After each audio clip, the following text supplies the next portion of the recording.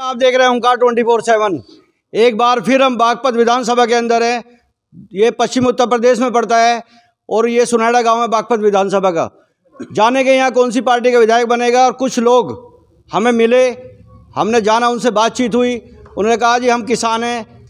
मेरी कुछ खुल के बात हुई उनसे। उन्होंने बताया कि हम अपना हरियाणा से आए हैं, किसान यूनियन के आदमी हैं। तो इनको देख करके हम भी आ गए यहाँ बात करने के लिए लोगों से, और इनसे भी बात करेंगे क्या इनका मानना है, किस तरह की इनकी समस्या है, गांव के लोग किस तरफ जा रहे हैं, बात करेंगे। आइए, क्या मानते हैं गांव के लोग। तो अभी सबसे पहले आपसे शुरू करूंगा। आप सियाने आदमी हो, सुनाड़ा गांव के, क्या मानते हैं इस बार जो है पश्चिमी यूपी में गठबंधन का समर्थन 90% संभावना है। आपके गांव की बात करें, यहाँ सुनाड़ा गांव की, तो क्या स्थिति है। सुनाड़ा गांव में भी 80-85% वोट जो है वो गठबंधन को है। पहले हम लोग पिछले 3 महीने से हम गांव गली गली घूम रहे हैं, लोगों के रिव्यू ले रहे हैं। यहाँ मैं आज चौथी बार आया हूँ सुनाड़ा गांव में। सुनाड़ा गांव में जब हम पिछले 3 महीने आए थे, उस टाइम पे 90% माहौल था आरएलडी पे।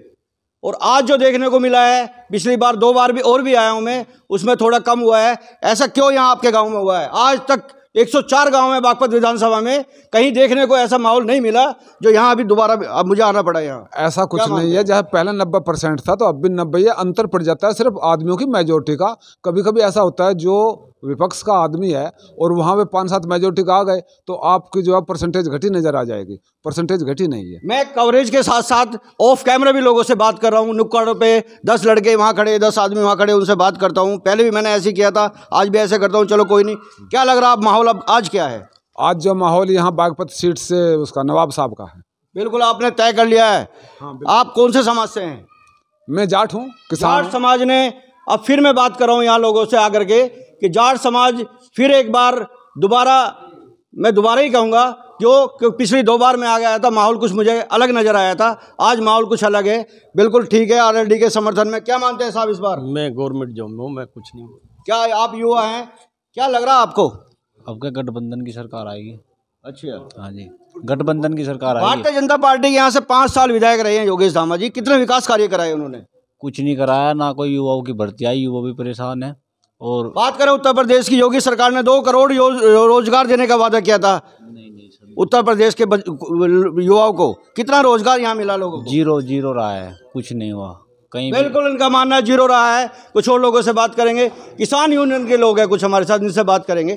क्या मानते हैं साहब। देखिए, हम लोग संयुक्त किसान मोर्चा और अखिल भारतीय किसान सभा की तरफ से इस इलाके में आए हैं हरियाणा से, और हमने यहाँ लोगों से बातचीत की है।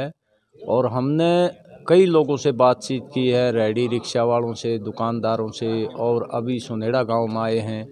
सब लोगों ने ये कहा कि भी बीजेपी को इस बार हराया जाएगा, और जो समाजवादी पार्टी और आरएलडी का जो गठबंधन है वो काफ़ी भारी पड़ रहा है। आज यहाँ बागपत में अमित शाह की रैली भी थी, बहुत थोड़े लोग थे।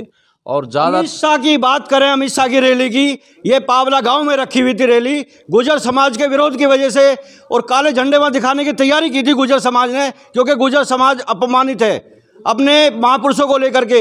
उन्होंने मीटिंग नहीं होने दी, अभी कॉलेज में रखी गई है। बहुत छोटे कम आदमी मुझे भी देखने को मिले, मैं अभी वहीं से आया हूँ निकल के। अभी हमारे को बताया गया कि यहाँ उत्तर प्रदेश में रोजगार के सवाल पर, महंगाई के सवाल पर भाजपा पूरी तरह से विफल रही है, और जो नारे भाजपा ने पिछले शासन लाने के लिए दिए थे वो सब फेल रहे हैं, और किसान मजदूर के ऊपर लगातार हमले हो रहे हैं। और इस बजट में भी उन्होंने कोई वो जो कल्याणकारी योजनाएं थी, किसान की खाद का सवाल था, मनरेगा का सवाल था, वो सब बजट कट कर दिया है, और बड़े बड़े पूंजीपतियों के हक में बजट बनाया है। इसलिए लोगों ने ये मान लिया कि बीजेपी को हराना निश्चित है, क्योंकि ये रोजगार नहीं दे पाई लोगों से, भ्रष्टाचार दूर करने की बात कर रही थी, भ्रष्टाचार नहीं कर पाई।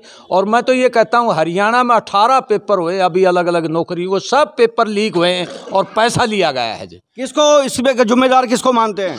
ये जिम्मेवार ऊपर से ही है, जो मुख्यमंत्री है, उप मुख्यमंत्री है, कैबिनेट के लोग हैं, उनके हाथ के बगैर ये ऐसा भ्रष्टाचार नौकरियों में हो नहीं सकता। और ये तो ये वादा करते थे कि बिना खर्ची बिना पर्ची के हम रोजगार देंगे।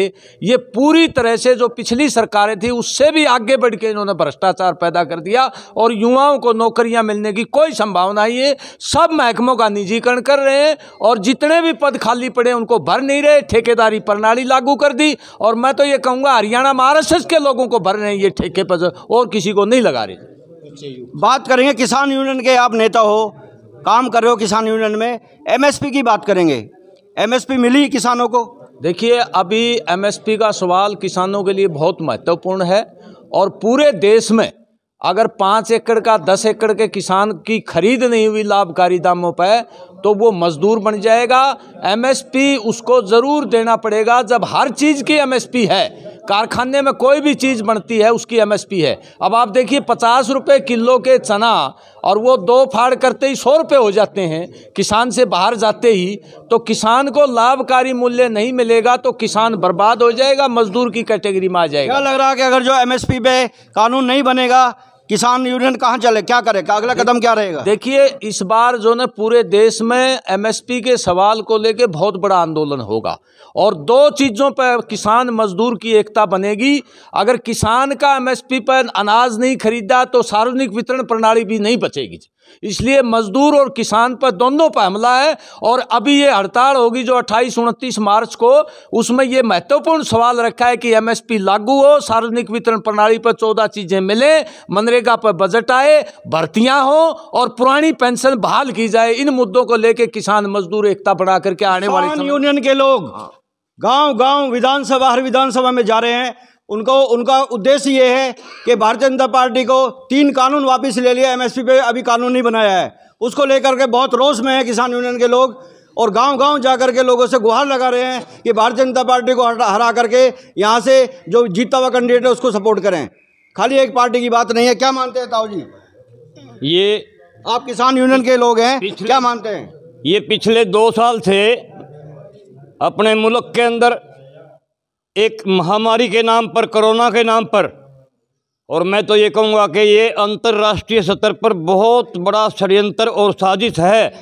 जानबूझ के इस देश के बच्चों को, युवाओं को अनपढ़ता की तरफ धकेला गया है। कम से कम भी 40% लोग, टोटल आबादी का 40% लोग इस टाइम हमारे मुल्क में अनपढ़ है और ये जानबूझ के अनपढ़ रखना चाहते हैं ताकि लोग सिर्फ और सिर्फ रोटी याद रखें और सब कुछ भूल जाएं। और इस क्या लग रहा है इस बार आप उत्तर प्रदेश में घूम रहे हो, गांव-गांव हर विधानसभा में जा रहे हैं, इन फांसीवादी लोगों को सत्ता से हटाना बहुत जरूरी है और हमें काफ़ी उम्मीद है कि उत्तर प्रदेश का मतदाता इस बार बहुत जागरूक हो, उन्होंने जागृति पैदा करी है। हमें काफ़ी उम्मीद है कि ये लोग चले जाएंगे, जाने भी चाहिए। बिल्कुल, आप गांव-गांव जा रहे हैं, कैसा आपको रिस्पांस मिल रहा है? बहुत अच्छा मिल रहा है, आपके सामने दिखने में है। बिल्कुल, हमने यहाँ देखा गांव के बहुत सारे लोग यहाँ इकट्ठा है, बहुत सारे लोगों से, गांव के लोगों से फिर बात करेंगे। क्या मानते हो साहब इस बार गठबंधन की सरकार बनेगी जी?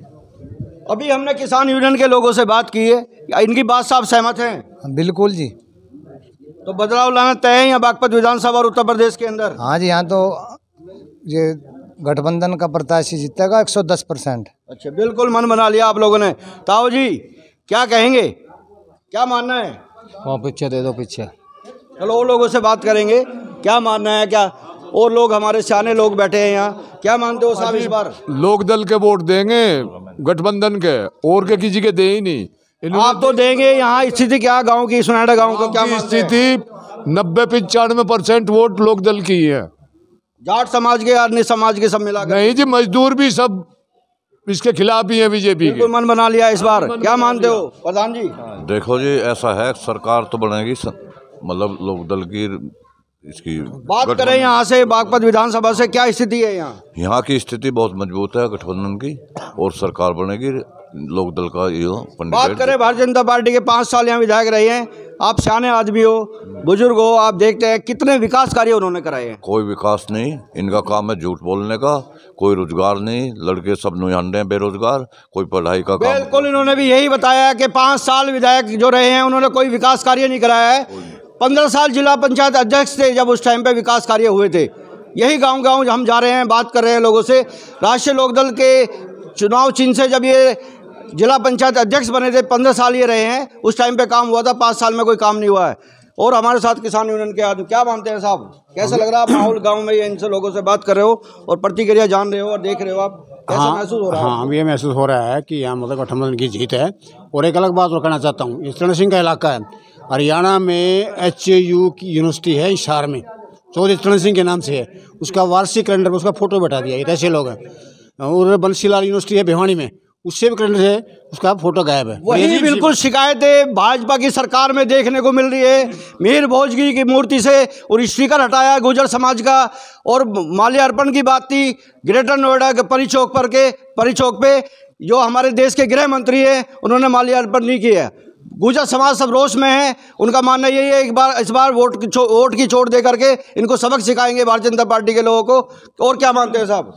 और ये मानते हैं जो किसान आंदोलन था, किसान आंदोलन में 3 कानून वापस बेसिक हो गए। जो MSP की जो बात थी, कल ही कृषि मंत्री का बयान है कि उस चुनाव के बाद मतलब वो कमेटी बनाएंगे, जबकि अब तक कमेटी बन जानी चाहिए थी। इसकी से ये दिखाई देता है कि ये लिपा पोती की बात कर रहे हैं, इन्हें करना कुछ नहीं चाहिए। गन्ने की पेमेंट की बात की योगी ने, किसी मतलब ये कहते कुछ है करते कुछ है, कहने अर्थ ये झूठ बोल रहे। गाँव के लोगों से भी हमने बात की है, किसान यूनियन के लोगों से भी बात की है। उत्तर प्रदेश में अगर जो बात करें, यही देखने को मिल रहा है, गांव-गांव, गली-गली, हर विधानसभा में हम लोग, हमारी टीम पूरे उत्तर प्रदेश में लगी हुई है। बात करें हुंकार मीडिया की टीम पे कि यहाँ देखने को मिल रहा है कि भारतीय जनता पार्टी के लोगों को गांव में घुसने नहीं दे रहे हैं लोग, ऐसा हमने देखा है अपनी आंखों से। कुछ और युवा खड़े हैं, हमसे बात करेंगे युवाओं से, क्या मानते हैं युवा? मेरा नाम विजेंद्र है जी। कौन से समाज से आते हैं? मैं वाल्मीकि समाज से हूँ। तो क्या लग रहा है इस बार बागपत विधानसभा की बात करें, उत्तर प्रदेश की बात करें, क्या स्थिति है? गठबंधन, क्योंकि बीजेपी ने इतना अत्याचार सभी बिरादरी के लिए करा है और नौकरी नहीं निकाली। नहीं, आपको बता दें, योगी जी कहते हैं मेरी सरकार उत्तर प्रदेश में नंबर 1 है। देखो, सबसे बड़ी बात तो यह अखिलेश ने 40,000 भर्ती निकाली थी सफाई वालों के लिए। इस योगी जी ने सबसे पहले वो भर्ती कैंसिल करी है। सरकार का कहना है कि मैंने अनाज राशन घर घर फ्री दिया है। जैसा अनाज राशन फ्री दिया, ऐसे छात्रवृत्ति बच्चों के लिए ख़त्म कर दी, एजुकेशन ख़त्म हो रहे हैं। आज स्कूलों की हालत जाकर देखो, स्कूल खंडर बन गए हैं। जब शिक्षा नहीं होगी, योगी जी का कहना है कि मैंने घर घर राशन फ्री दिया है, घर घर सिलेंडर फ्री दिया है और बहुत सारी योजनाएं दी है। कितना संतुष्ट है आप? ये राशन तो मार्च तक है, राशन से पेट नहीं भरेगा। एजुकेशन चाहिए, रोजगार चाहिए, देश की तरक्की चाहिए। हर वर्ग के लोग जान चुके हैं, मान चुके हैं कि इस बार बदलाव लाना तय है उत्तर प्रदेश के अंदर। अगले गांव फिर जाएंगे और बात करेंगे कौन सी पार्टी का विधायक बनना चाहिए, स्थिति क्या है उत्तर प्रदेश में।